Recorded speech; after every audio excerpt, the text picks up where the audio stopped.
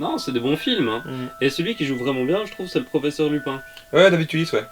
Qui ça? David Tullis, c'est le mec qui joue Lupin. Il a fait d'autres films? Oh putain, me dis pas que tu vas te lancer dans un monologue, non? David Tullis, né David Wheeler, est un acteur britannique, mais également écrivain, musicien, scénariste et peintre. On sort d'un marathon Harry Potter, Tom, je veux dormir! Il est connu pour son rôle dans Harry Potter, mais il faut savoir qu'il a également joué dans le très bon 7 ans au Tibet de Jean-Jacques Hano, dans The Lady de Luc Besson, dans The Big Lebowski des frères Cohen et Naked de Mag Lee. Mais ça, nous y reviendrons un peu plus tard. Parce que sur Naked, crois-moi, il y en a des choses à dire. Oh oui, crois-moi. Mais calme-toi, bon Dieu! David Tullis, c'est l'acteur qu'on voit bien jouer un scientifique psychologue, un peu comme dans Véronica doit mourir. Mais... Une merveilleuse histoire du temps, régression. Mais David Tullis est surtout un acteur qu'on prend pour donner un peu le rôle du père. En effet, Harry Potter, 7 ans au Tibet. Yeah. Ouais, mais pour un mec de son âge, c'est normal de jouer un rôle de père, non? Non, c'est pas ça. David Tullis incarne la figure du père, mais ne l'est pas forcément. Je peux rentrer chez moi maintenant si vous... Oui, et c'est ça qui est juste impressionnant avec David Tullis. C'est un homme qui dégage quelque chose de très rassurant quand il doit jouer le rôle paternaliste, ce qui a fait que son Rémus Lupin est adoré par énormément de personnes. Le voir à l'écran nous donne l'irrémédiable envie de se confier à lui pendant qu'il nous enseigne des valeurs. Dans le rôle du père, il n'est jamais too much, toujours en subtilité, et dégage une gentillesse assez impressionnante. Dans Kingdom of Heaven, c'est là que je l'ai vu! Oui, tout à fait. Ah, du coup, je comprends ce que tu veux dire. Il incarne un peu cette figure paternelle, celle de guide. C'est un homme rassurant. Non. Voici l'autre facette de David Tullis. Le malaise, le malsain, la folie. Il sait la jouer, mais alors... Foutrement, mais foutrement bien. Pourquoi tu gueules? Parce que hier, j'ai regardé Life is Sweet de Mag Lee et une scène hante encore mes cauchemars. Mais là alors? Je peux pas. Et enchaîne avec un moment sympa pour que les gens oublient vite.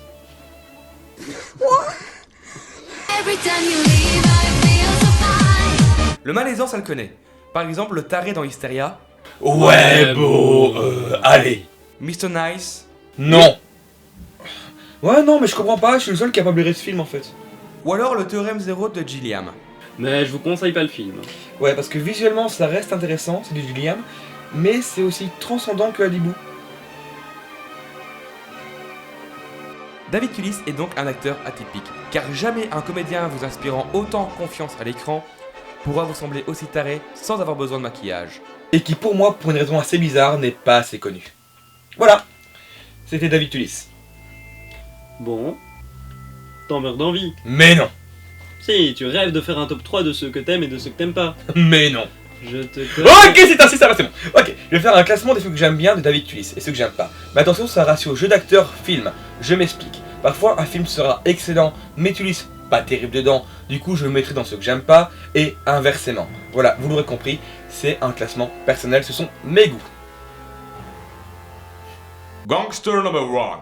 Non, je suis désolé, le film est très bien, mais j'arrive pas à croire une seule seconde que David Tullis est un cadre de la mafia anglaise. Pas à une seule seconde. Ça me sort du truc.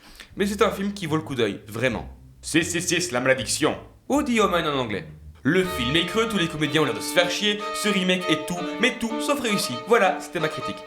Basic Instinct 2.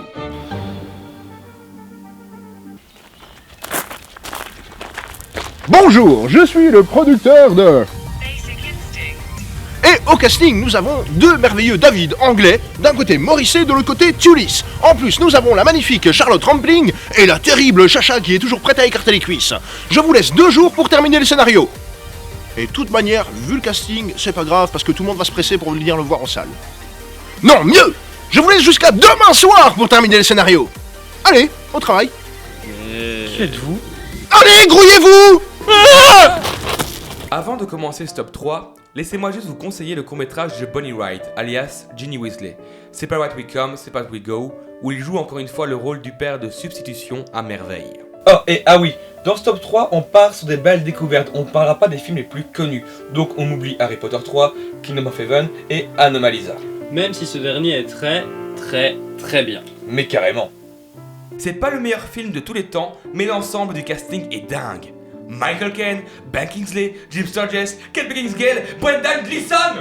Pourquoi tu cries encore? Parce que la famille Gleeson est cool et que Brendan Gleeson est cool.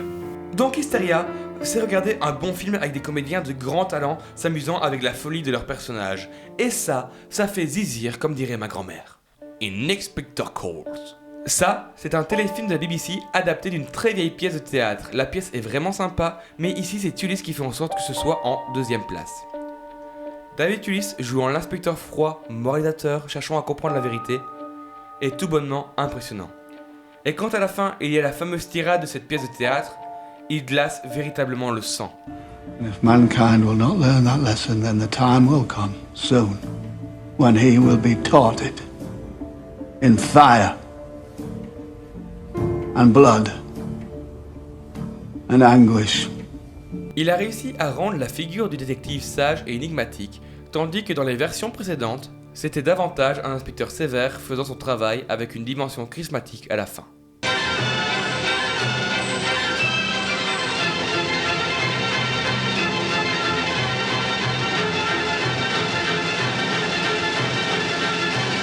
Naked, a new film by Mike Lee. Je sais, nom de Dieu, je sais. L'amour que j'ai pour ce film est immense. L'écriture de Mike Lee sur le personnage de Tullis est fine, impertinente.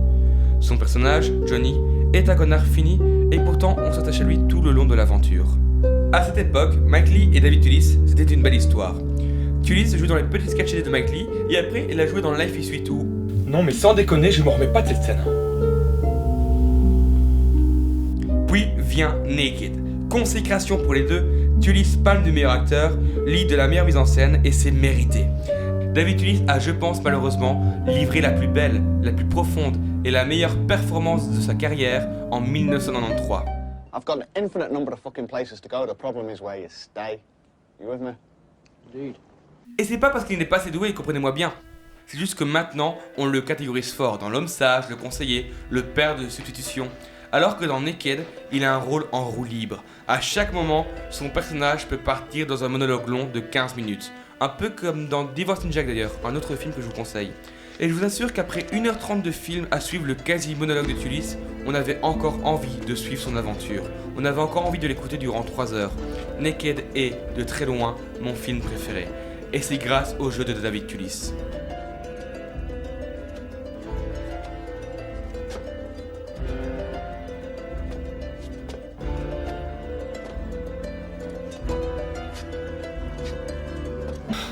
T'as fini? Oui. Bon, on se met à Star Wars? Mais carrément. En plus j'adore le mec qui fait Kenobi.